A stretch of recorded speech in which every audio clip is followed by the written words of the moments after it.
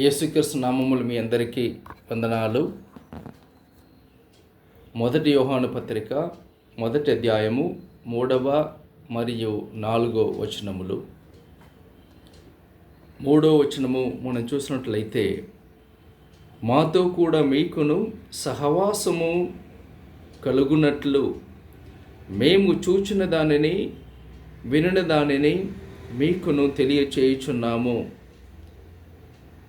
మన సహవాసం అయితే తండ్రితో కూడాను ఆయన కుమారుడైన యేసుక్రీస్తుతో కూడాను ఉన్నది. మన సంతోషము పరిపూర్ణము అవుటకై మేము ఈ సంగతులను రాయిచున్నాము. మనము యేసుక్రీస్తు నా సొంత రక్షకుడు అని విశ్వసించిన వెంటనే దేవుడితో ఒక మంచి బంధము ప్రారంభమవుతుంది. బంధము చాలా మంచి పదము, మంచి విషయము. దేవుడితో ఒక మంచి బంధాన్ని మనం ఏర్పరచుకొని ఉన్నాము. దేవుని కుటుంబములో ఒక కుమారుడుగా, వారసుడుగా దేవుడు మనల్ని చేర్చుకొని ఉన్నాడు.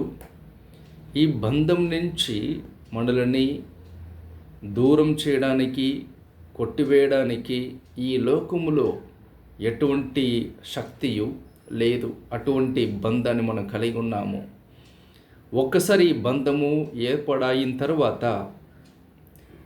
పదే పదే ఈ బంధాన్ని మనం సరి చేసుకోవడానికో లేదా ఏర్పరచుకోవడానికో అక్కర్లేదు.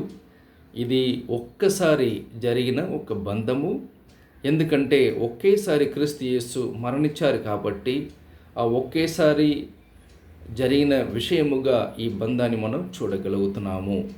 ఈ బంధము అయిన తర్వాత మరొక విషయము, దేనికోసం దేవుడు ఎదురు చూస్తున్నారంటే దేవునితో ఒక సహవాసం కలిగి ఉండడము అనే విషయం మీద దేవుడు చాలా ప్రయాసపడి ఉన్నాడు. సహవాసము అంటే మనం దేవుడితో కలిసి మాట్లాడడం. దేవుడు మనతో మాట్లాడడానికి ఉన్నారు, మనము ఆయనతో కూడా మనం మాట్లాడడానికి మనం కూడా ఉన్నాం. అంటే మన ఇంట్లో చాలా రోజుల తర్వాత ఎవరైనా చుట్టాలు వచ్చారని అనుకోండి. చుట్టాలు వస్తే రండి అని చెప్పేసి కొంచెం చల్ల నీళ్ళు ఇచ్చి కూర్చుని చెప్పేసి మనం వెళ్ళిపోలేము. ఏం చేస్తాము? ఆ చుట్టాడుతోనే మనం కూర్చొని మాట్లాడుతూ ఉంటాము. ఒక 10 నిమిషాలు అంటే మాట్లాడుతూ ఉంటాం. ఎందుకంటే సహవాసం కలిగి ఉండడానికి అంత ప్రయాస మనం చూపిస్తూ ఉంటాము. అలాగే దేవుడు కూడా మనతో సహవాసం కలిగి ఉండడానికి చాలా ప్రయాసపడుతున్నారు. ఎందుకంటే మనల్ని దేవుడు అంతగా ప్రేమిస్తున్నారు కాబట్టి సహవాసము అనే విషయం మీద దేవుడు చాలా ఆసక్తి చూపిస్తున్నాడు. కాబట్టి ఈ విషయంలో మనం ఈ వాక్యంలో చూసినట్లయితే యోహాన్ గారు ఏమంటున్నారంటే, మాతో కూడా మీకును సహవాసము కలుగునట్లు మేము చూచిన దానిని వినిన దానిని మీకు తెలియచేయుచున్నాము. ఇక్కడ మనం వింటున్నాము, చూస్తున్నాము. దేవుడు వినిపిస్తున్నారు, ఆయన మాట్లాడుతూ ఉన్నారు, దాన్ని మనం వింటున్నాము. తర్వాత ఆయన చూపిస్తూ ఉన్నాడు, దాన్ని మనం చూస్తున్నాము. అంటే దేవుడు ఎంత ఆసక్తి కలిగి ఉన్నాడు ఇక్కడ మనం చూడగలుగుతున్నామండి. దేవుడు మాట్లాడుతూ ఉన్నారు, దాన్ని మనం వింటున్నాము. ఆయన చూపిస్తూ ఉన్నారు, మనం చూస్తున్నాం. ఎందుకంటే మనతో దేవుడు అంతగా సహవాసము కలిగి ఉండడానికి ఉన్నారు. ఆ విషయం నేను పదే చెప్తున్నాను. ఎందుకంటే సహవాసం అనేది ఎక్కడి నుంచి ప్రారంభం అవ్వాలి అంటే మన నుంచి ప్రారంభం అవ్వడానికి లేదు, దేవుడి నుంచి ప్రారంభం అవ్వాలి. దేవుడే సహవాసం అనే దాన్ని ప్రారంభించి మనల్ని సహవాసం కలిగి ఉండాలి అని ప్రేరేపిస్తున్నారు. రక్షణ కూడా అటువంటిదే, దేవుడు ప్రారంభించినదే. తర్వాత సహవాసం కూడా దేవుడు ప్రారంభించినదే అనే విషయాన్ని మీరు అస్సలు మర్చిపోవడానికి లేదు. మనము దేవుడితో సహవాసం కలిగి ఉండడానికి ఎటువంటి ఆసక్తి, తలంపులు ఇది ఏమి మనలో లేవండి. మనలో లేదు. సాధారణంగా చూస్తే మనమే మనతో మాట్లాడుకొని, పరిస్థితితో మాట్లాడుకొని, స్నేహితులతో మాట్లాడుకొని ఒక కార్యం చేయాలంటే మాట్లాడుతూ ముందు కొనసాగుతూ ఉంటాం. కానీ దేవుడితో అడగాలి, మాట్లాడాలి అనే విషయము ప్రతి ఒక్కరిలో చాలా తక్కువ ఉంటుంది. కాబట్టి ఇక్కడ ఏమని ఉందంటే దేవుడు మాట్లాడుతూ ఉన్నారు, దాన్ని మనం విని, ఆయన చూపిస్తూ ఉన్నాడు, దాన్ని మనం చూసి ఆయనతో సహవాసం కలిగి ఉండాలని దేవుడు మీతో నాతోను దేవుడు మాట్లాడుతూ ఉన్నారు. కాబట్టి సహవాసములో మీరు ఎదగాలి అని నేను ప్రయాసపడి మాట్లాడుతున్నాను. ఎందుకంటే సహవాసము కలిగి మనం జీవిస్తున్నప్పుడు అక్కడ ఏమి మనకు మిగులుతుందంటే సంతోషం అనేది మన జీవితంలో మిగులుతుంది.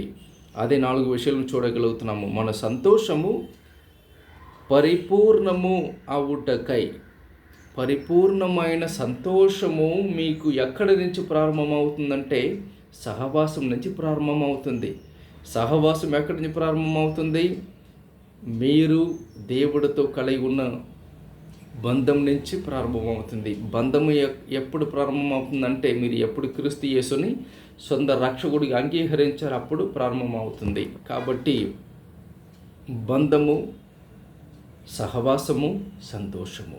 కాబట్టి మీ జీవితంలో సంతోషం కలిగి జీవించాలి, దేవునిలో సంతోషం కలిగి ఉండాలి అంటే దేవుని వాక్యాన్ని వినవలసిన వారుగా మీరు ఉన్నారు, నేను ఉన్నాను. దేవుడు ఎన్నో విషయాలన్నీ చూపిస్తూ ఉన్నాడు. దాన్ని మనం చూడగలిగే కన్ను కావాలి. దానికోసం మీరు దేవుని అడగవలసిన వారుగా మీరు ఉన్నారు. తర్వాత ఆయన ఎన్నో విషయాలని కాపరుల ద్వారా, స్నేహితుల ద్వారా, సంఘము ద్వారా, బైబిల్ స్టడీల ద్వారా మాట్లాడుతూ ఉన్నారు. దాన్ని మనం విన్నకలిగే చెవిని కలిగి ఉన్నవారుగా మనం ఉండాలని నేను కోరుతున్నాను. ఆయన చెప్తున్నప్పుడు మన ఏదో ఒక విషయాన్ని వినడానికి లేదు. ఆయన చూపిస్తున్నప్పుడు ఏదో ఒక విషయాన్ని మనం చూడడానికి లేదండి.